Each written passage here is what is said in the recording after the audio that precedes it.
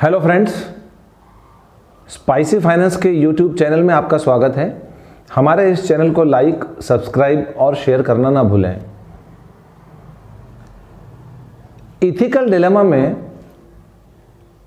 जिसको moral dilemma भी कहते हैं, किसी व्यक्ति या ऑर्गेनाइजेशन को कॉन्फ्लिक्टिंग चॉइसेस का सामना करना पड़ता है।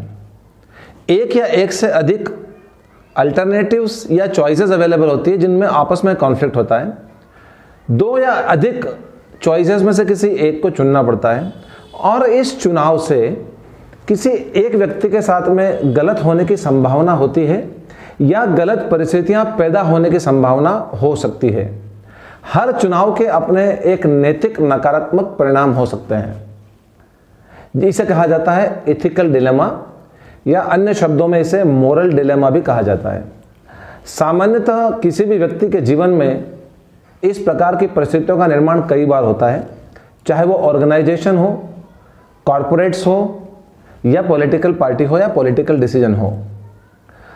कई बार ऐसे डिसीजन लेना पड़ते हैं जिसमें मॉरल या इथिकल डिलेमा से गुजरना पड़ता है। इसको और अधिक क्लेरिफाई करने के लिए हम कुछ उदाहरण के द्वारा समझते हैं कि वास्तव में एथिकल डिलेमा या मॉरल डिलेमा होता क्या है। जैसे कभी कभी आपको ट्रुथ वर्सेस लॉयल्टी में चुनाव करना पड़ता है। कभी किसी व्यक्ति को सत्य पता होता है परंतु वो सत्य बताना नहीं चाहता क्योंकि उसकी किसी व्यक्ति के प्रति समर्पण या लॉयल्टी उसको वो बताने से मना करती है या अलाउ नहीं करती है। तो वो सत्य को चुने या लॉयल्टी को चुने, कई बार यह प्रश्न मन में आता है। दूसरा, इंडिविजुअल वर्सेस कम्युनिटी इंटरेस्ट का प्रश्न भी आ जाता है। कभी कभी व्यक्ति विशेष के इंटरेस्ट को ऊपर रखा जाए या कम्युनिटी एज अ होल के इंटरेस्ट को ऊपर रखा जाए, किसके हित को देखा जाए। कभी कभी व्यक्ति का हित सार्वजनिक हित से बड़ा हो जाता है, वहां पर भी इथिकल या मॉरल डिलेमा आ जाता है। शॉर्ट टर्म और लॉन्ग टर्म बेनिफिट्स में भी कभी कभी इथिकल या मॉरल डिलेमा का सामना करना पड़ता है। कुछ चॉइसेस ऐसी हो जाती है, कुछ निर्णय जीवन में ऐसे हो जाते हैं जहां पे शॉर्ट टर्म बेनिफिट को प्राथमिकता दी जाए या लॉन्ग टर्म बेनिफिट को प्राथमिकता दी जाए, इसका चुनाव करने में बड़ी दुविधा हो जाती है। और कभी कभी हमने देखा है कि जस्टिस वर्सेस मर्सी, न्याय वर्सेस दया, दोनों में से कभी कभी किसी एक का चुनाव करना पड़ता है। न्याय किया जाए तो फिर दया का गला घोट दिया जाता है और दया की जाए तो न्याय का गला घुट जाता है।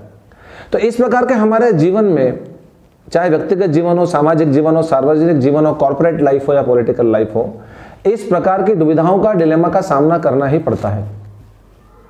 और उसके लिए कई उपलब्ध चॉइसेस में से किसी एक चॉइस का चुनाव करना ही पड़ता है।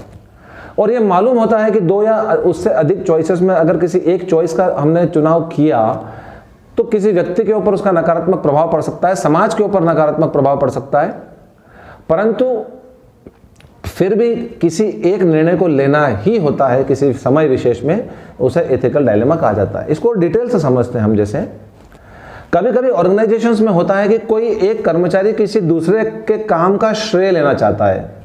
हो सकता है कि उसकी मजबूरी हो, उसको प्रमोशन लेना हो या उसके मार्किंग्स कम हो रही हो या उस पर डिसिप्लिनरी एक्शन होने की संभावना हो।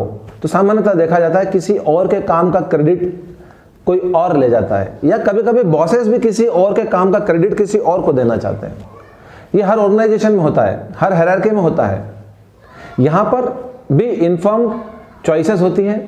दो में से किसी एक को आगे ले जाना होता है, दो में से किसी एक को पीछे धकेलना होता है।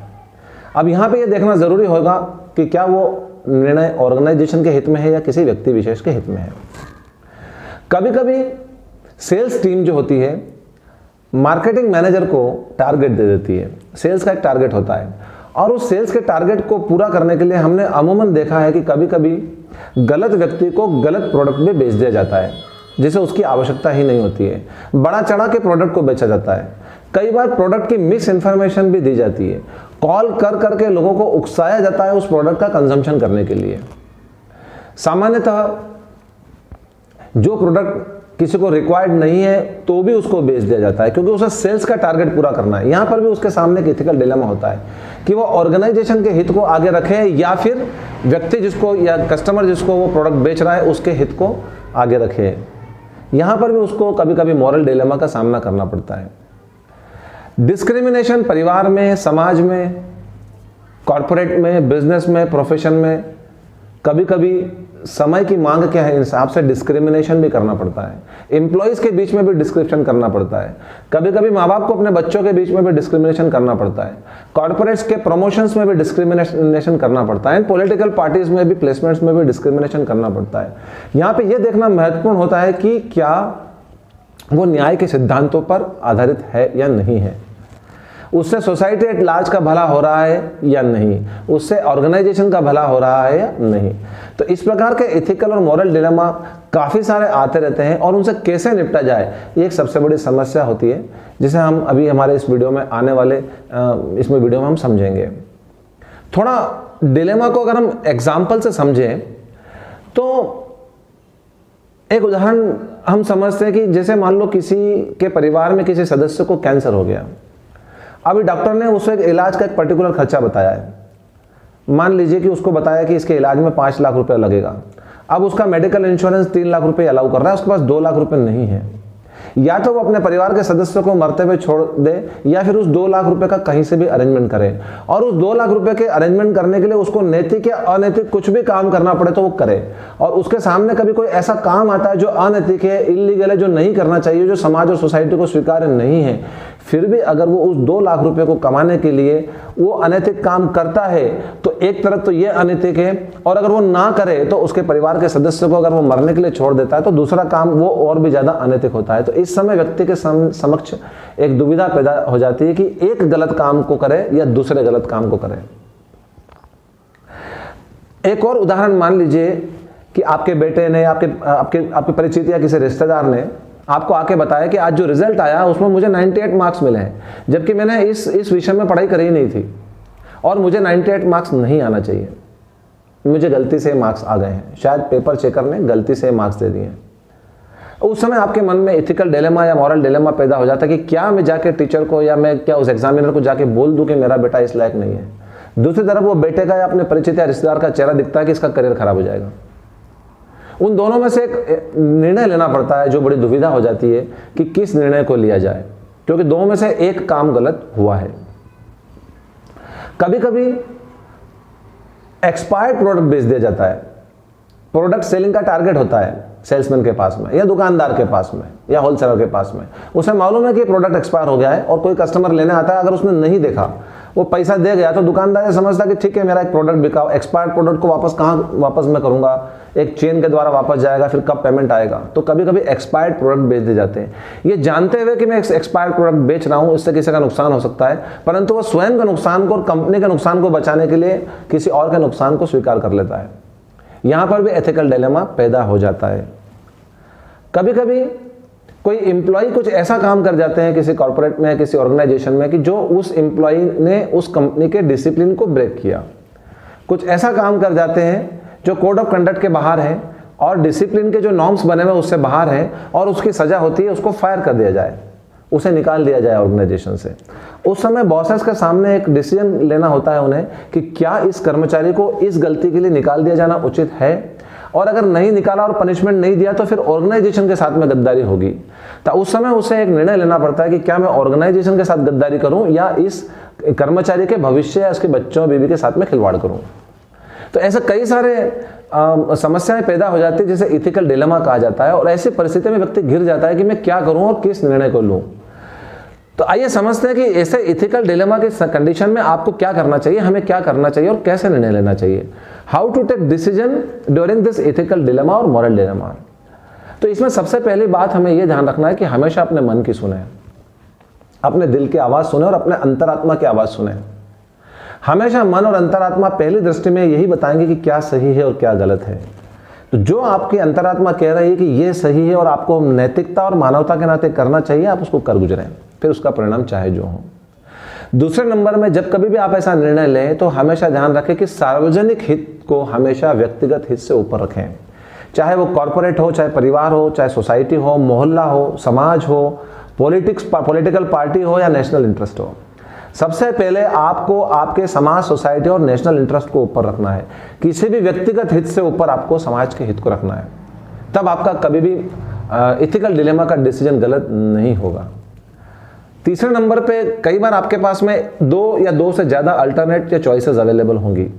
आप उन चॉइसेस का जब एनालाइज करेंगे, समीक्षा करेंगे, तो आपको पता चलेगा कि एक चॉइस से दूसरी चॉइस से तीसरी चॉइस कम गलत है, कम हानिकारक है।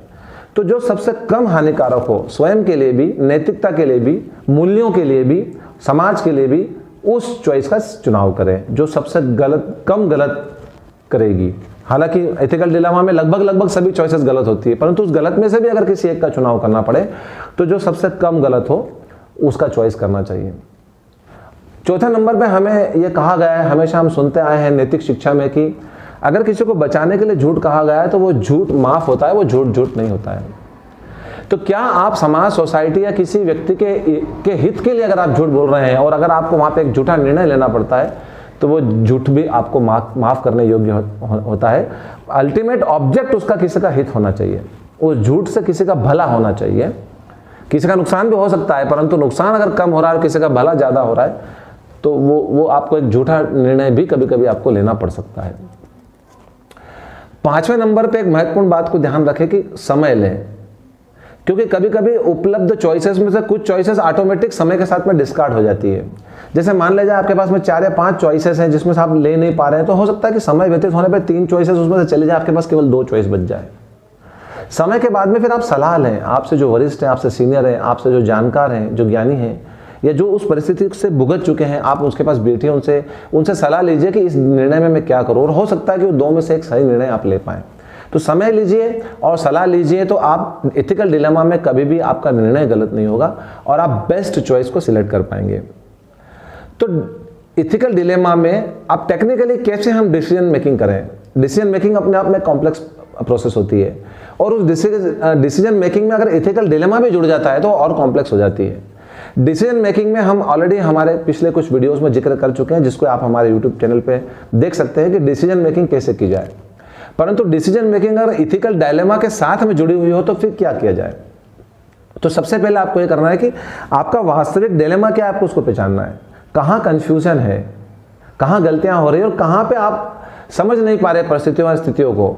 आपको अपने आप सबसे पहले उस डिलेमा को पहचानना पड़ेगा कि एक्चुअल डिलेमा क्या है, झूला कहाँ पर आ रहा है, कहाँ पे मैं निर्णय नहीं ले पा रहा हूँ। दूसरे नंबर पे आपको यह करना है कि उस एथिकल डिलेमा को पहचानने के बाद में अपने पॉइंट ऑफ व्यू को डिसाइड कीजिए कि आप क्या सोचते हैं वास्तव में इसके बारे में। ये सही है, ये सही है या सही है। 3-4 जो चॉइसेस आपके पास में अवेलेबल है, उस प्रत्येक चॉइस के बारे में आप क्या सोचते हैं और आपका पॉइंट ऑफ व्यू क्या है, सबसे पहले आपको ये जानकारी लेना पड़ेगी। उसके बाद में इंफॉर्मेशन गैदर कीजिए, रिसोर्सेस कलेक्ट कीजिए और अपनी जानकारी को पुख्ता कर लीजिए और सलाह लीजिए। हर निर्णय के बारे में, हर डिसीजन के बारे में, परिस्थिति के बारे में पहले जानकारी एकत्रित कीजिए, उसके बारे में इंफॉर्मेशन ले लीजिए और सलाह ले लीजिए। आपका निर्णय कभी भी गलत नहीं होगा। ये सब करने के बाद में प्रॉपर प्लान बनाइए कि अगर मैं निर्णय ए लूंगा तो उसके क्या क्या कॉन्सिक्वेंसेस हो सकते हैं, उससे कैसे निपटना। प्लान बी लेता हूं तो उसके क्या क्या कॉन्सिक्वेंसेस हो सकते हैं और उससे कैसे निपटना। प्लान सी, डी और ऐसे ही आप सारे प्लान को बना लीजिए, और प्लान बना के जब आप एथिकल डिलेमा में डिसीजन लेंगे तो डिसीजन कभी गलत नहीं होगा। अपने स्वयं के एथिकल स्टैंडर्ड पे निर्णय लीजिए। हर व्यक्ति का अपना एक एथिकल स्टैंडर्ड होता है। कितनी गलतियां करना उसकी आत्मा जानती है, किस लेवल तक गलतियां करना उसकी आत्मा जानती है। अपने एथिकल स्टैंडर्ड को पहचानिए, अपने एथिकल स्टैंडर्ड को, परिवार के, अपने समाज के एथिकल स्टैंडर्ड्स को पहचानिए। जब आप उसको पहचान के निर्णय लेंगे तो ये मान के चलिए कि आपके एथिकल स्टैंडर्ड में कभी गलतियां नहीं होगी। इसी प्रकार के उपयोगी वीडियो देखने के लिए और नई नई जानकारियां प्राप्त करने के लिए आप हमारे स्पाइसी फाइनेंस के इस यूट्यूब चैनल को लाइक, सब्सक्राइब और शेयर जरूर करें। धन्यवाद।